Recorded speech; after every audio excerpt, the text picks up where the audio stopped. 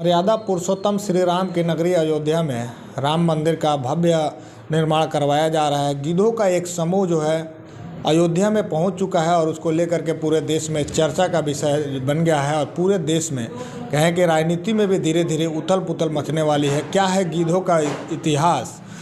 इसको जो है जटायु, कुछ लोग जटायु का नाम दे रहे हैं। जटायु और युद्ध जो है उसका क्या इतिहास है, आइए जानने का प्रयास करते हैं। जटायु ने रावण से युद्ध किया था और देवी सीता को बचाने की कोशिश की थी। इस युद्ध में रावण ने जटायु का पंख काट दिया था। पंख कटने के बाद जटायु उड़ नहीं सका और ऊंचाई से गिरने की वजह से घायल हो गया था। बाद में जटायु ने श्री राम और लक्ष्मण को रावण के बारे में बताया कि वह देवी सीता का हरण करके ले गया है। इसके बाद जटायु की मृत्यु हो गई थी। भारत में गिद्ध पहले से ही खतरे में हैं। ये विलुप्त होने के कगार पर हैं। हिमालय ग्राफन प्रजाति का यह गिद्ध नेपाल, भारत, बांग्लादेश और कजाकिस्तान में पाया जाता है। यह पहाड़ी इलाकों में ज़्यादा देखे जाते हैं।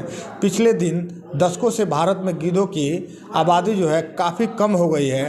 और एक तरफ प्राण प्रतिष्ठा 22 जनवरी को अयोध्या में श्री राम जी का होने वाला है, जिसमें भारत के प्रधानमंत्री श्री नरेंद्र मोदी जी भी आएंगे और उत्तर प्रदेश के मुख्यमंत्री योगी आदित्यनाथ भी शामिल होंगे। ये आमतौर पर अगर बात करें गिद्धों की लंबाई सेंटीमीटर के बारे में तो 90 से 130 सेंटीमीटर के होते हैं। इनके पंख जो है 270 से 300 सेंटीमीटर तक हो सकते हैं। कुछ लोग जो है सोशल मीडिया पर इसको लेकर के नाराज़गी भी जता रहे हैं और वो कह रहे हैं कि गिद्धों का ये समूह नहीं है, ये जो है मांसाहारी जीव है, ये लोगों का मांस खाता है। पूरे के पूरे मामले को लेकर के जब हमारी बात राजकुमार से हुई, क्या कहते हैं राजकुमार जी, सुनिए उनकी। गिद्ध रूपी रूप धारण कर लिया, विलुप्त हो गए, लेकिन राम जी के प्राण प्रतिष्ठा से उन गिद्धों को लगा कि नहीं, पृथ्वी लोक जो है अब अयोध्या की भूमि हम लोगों के लिए सुरक्षित है, जिसके कारण उनका आगमन हुआ है। तो ये आगमन को लेकर के क्या क्या मतलब बहुत सारे लोग इसमें क्या से लगा रहे हैं कि मर्यादा पुरुषोत्तम राम के यहाँ पे मंदिर बन रही है, उसको लेकर के ये आए हुए हैं और अभी से इनका आगमन हुआ है, इससे पहले कभी हुआ नहीं है। देखिए बात सही है, लोग सही बोल रहे हैं, क्योंकि बाद में इसलिए आगमन नहीं हुआ था इनका, क्योंकि उस तरह का कोई किसी भगवान का आगमन नहीं हुआ था। और मर्यादा पुरुषोत्तम श्री राम के आने से उनको लगा है कि नहीं भाई, चलो मेरे राम आए हैं, मेरे आराध्य प्रभु मर्यादा पुरुषोत्तम श्री राम आए हैं, तो उनकी स्वागत किया जाए। जिनके स्वागत के कारण जो है उन गिद्धों का आगमन हुआ है उस भूमि पे। जी जी, अच्छा, तो ये पहले जो है इनका जो है पहले का क्या इतिहास रहा है? गिद्ध का मतलब पहले का इतिहास क्या रहा है? श्री राम से ये कैसे जुड़े हुए हैं?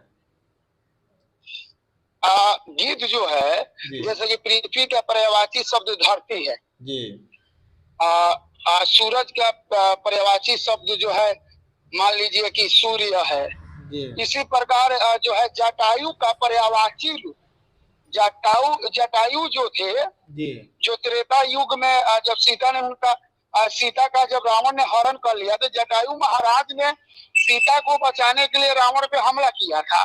उसी जटायु के जो है यह एक उप अंग है जी। तो इनको गिद्ध ना मानकर इनको जटायु माना जाए। अच्छा, इनको जटायु माना गया है उस समय में जी, क्योंकि कलयुग में जटायु का रूप जो है कन्वर्ट होकर गिद्ध बन गया है। तो यह गिद्ध ही जटायु के ही रूप में या गिद्ध के ही रूप में भगवान प्रभु श्री राम के स्वागत में अयोध्या के पावन भूमि पे इनका पदार्पण हुआ है जी। बहुत सारे लोग जो है उनका कहना है जी कि ये तो मांसाहारी जीव है, ये तो आदमखोर है, तो उसको लेकर के क्या कहेंगे राजकुमार सर? यह वही लोग हैं जो जिनको आप विकृत मानसिकता के कह सकते हैं जी। किसी के पूजा पाठ, किसी के धर्म, अच्छा मान लीजिए कि सर यहाँ पे इस्लाम धर्म के लोग जो भी मानने वाले उनमें 99% क्या है, मांसाहारी जी, है कि नहीं जी। वे लोग नमाज पढ़ते हैं कि नहीं जी।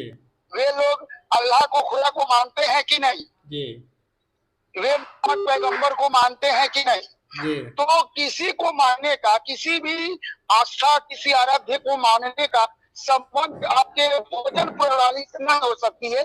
अगर इस तरह का जो भी व्यक्ति बात कर रहा है वो विकृत संकीर्ण मानसिकता का है। आप ये ऐसे समझ सकते हैं कि उसको सिर्फ धर्म में धर्म के नाम पे